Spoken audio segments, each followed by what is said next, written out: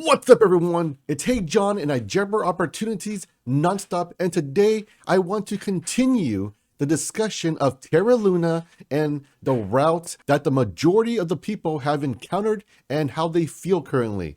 Well, if you tried making a quick buck with Terra Luna, chances are you probably got your handed to you. I know I did. And that's okay though. That's okay though, because when we went into this trade, we knew that it was a degen trade. We knew that this was a lotto play. We knew that this was nothing more than a, hey, you know what? I may make a few quick bucks from this dead cat bounce. Unfortunately, the majority of the people lost. You can see on the charts that it is a screwed up statistical stat. There is news for Terra Luna, and I don't know if this is good or bad news, because the interpretation is everything.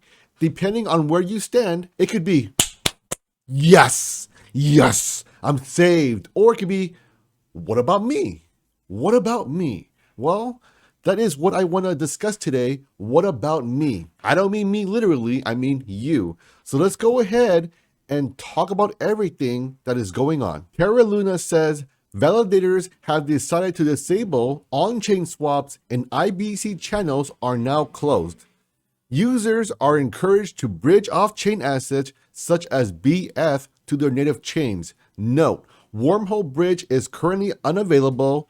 1 hour later, update, Wormhole Bridge is now available. So what does all of this mean? This whole on-chain swap, IBC channel, what is all this jargon? Some of you who may have gotten into Luna recently, you may not have any idea of what any of this stuff means. So an IBC is essentially an open source protocol for relaying messages and ledgers to one another on different blockchains. So basically this means that, hey, if you are on one network, say Ethereum, and you are on another network, say Dogecoin, you can communicate by sending data back and forth, and they can exchange this data, and usually this data will be something in the form of transaction. Because as you know, we live in a multi-chain world, and you need to have multi-chain interoperability in order to be successful in today's cryptocurrency environment. So what is on-chain?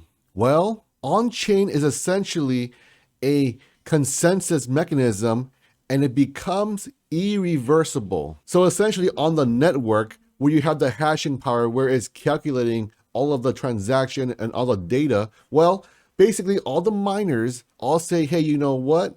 This is the most valid transaction, and boom, we will put it into the books, and thereby you are unable to reverse the transaction. But if you want to say, go back in time, and you want to use a different data backup from a certain point in time, well, if the majority of the blockchain hashing power reaches that consensus, you can, theoretically speaking, reverse that transaction to a different hot backup, meaning you can go back in time and use a different data restore, a different block. Now, why is this important? Well, and I want to explain to you guys that there are a few theories floating around, and it could be one of those, okay, it's great for me or it sucks for me. So here we are on the Terra website, and you can see the bridge is open, but here is the wormhole.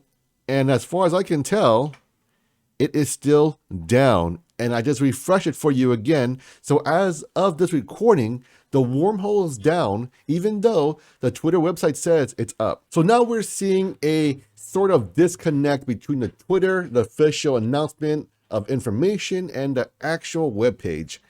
So what is really going on? Maybe there is some backup. Maybe someone forgot to turn on the switch. Nobody knows, but I would say there is no reason to panic, folks, because it's already down like woo. So why are you going to panic now is my question. Will at StableChain. The community is deciding on a new Terra money between restoring a snapshot prior to attack, removing TFL, fully collateralizing UST, and drafting and deliberating new mechanisms for Luna.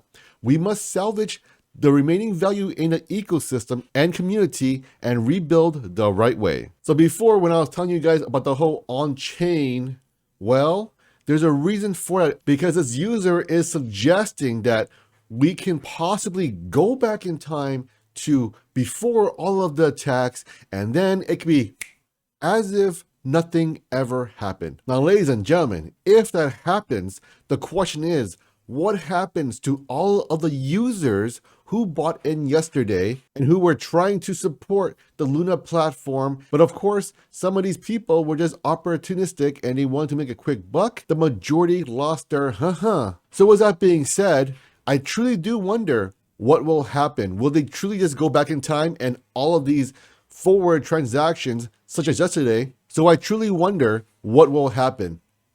Will this be a case of, okay, let's go back and use a hot backup data of, say, May 5th of 2022, and everything else after that 7 days, well, it's as if it never happened. But if that happens, then holy cow, I do not know how the community will react. But we did see a similar phenomenon with Ethereum when they got hacked in 2016. And where is Ethereum today? They are still here, and they are still kicking, and they are still top 10 crypto. And this same user is saying, hey, you know what? I bought 150K of Luna and it went to zero. Now, of course, when I see these kind of things, usually I take it with a grain of salt. These people are losing a lot of monies trading Luna because some of these people were opportunistic. Some of these people were just holding in the long term. We don't know every single person's situation, but hey, everyone has a place in this bucket, and depending on where you stand, this possible change can be amazing or, whoa, what happened to me? Do I not count for anything? Some other important news here is that we're seeing Binance, and guess what, folks? Binance has relisted Luna BUSD, but they needed to take it down because if you see right here, it only says spot. So what does spot mean? Spot basically means that you can only trade with no leverage, which means that you cannot go 5x, 10x, whatever X you want to think of, because now this is considered a too risky of an asset. And you are seeing crypto.com also reversing transactions. So you're seeing the major CEX players, they're starting to revert and do this and that to try to quote unquote fix the situation. But we all know that they will only fix things that will benefit them. Now, if Binance truly believed that, hey, you know what, this is a truly risky asset, why in the heck would you relist Luna on the Binance network? It's very simple, folks, because Binance makes money on transactions. And we can see Luna yesterday, they had the volume, oh my God, the volume of Luna was literally bigger than the market caps of so many top cryptocurrencies. So with that being said, this is a mere money play for Binance. Let's not get it twisted, folks. They're here to make money, and so are you. But the problem is that you and me and others, well, we got sideswiped. So we can see on the charts that we are kind of building up strongly from a base of around 0.00000. I don't know how many zeros there are. It doesn't matter, but you can see that we are clearly in an uptrend from the bottom. And this is why people are trading so hard right now, because there is money to be made here, folks. If you bought, say, here at 6645 and now it's 37295, you've essentially multiplied your money many X. So with all that being said, leave me a comment down below. Did you make money? Did you lose money? Were you scalping, or did you get scalped? Were you creating the liquidity, or were you the liquidity? Let me know down below of what happened to you. The best way for you guys to support the channel is by liking, sharing, and subscribing. And most importantly, have an awesome day, and I will catch you all on the next one.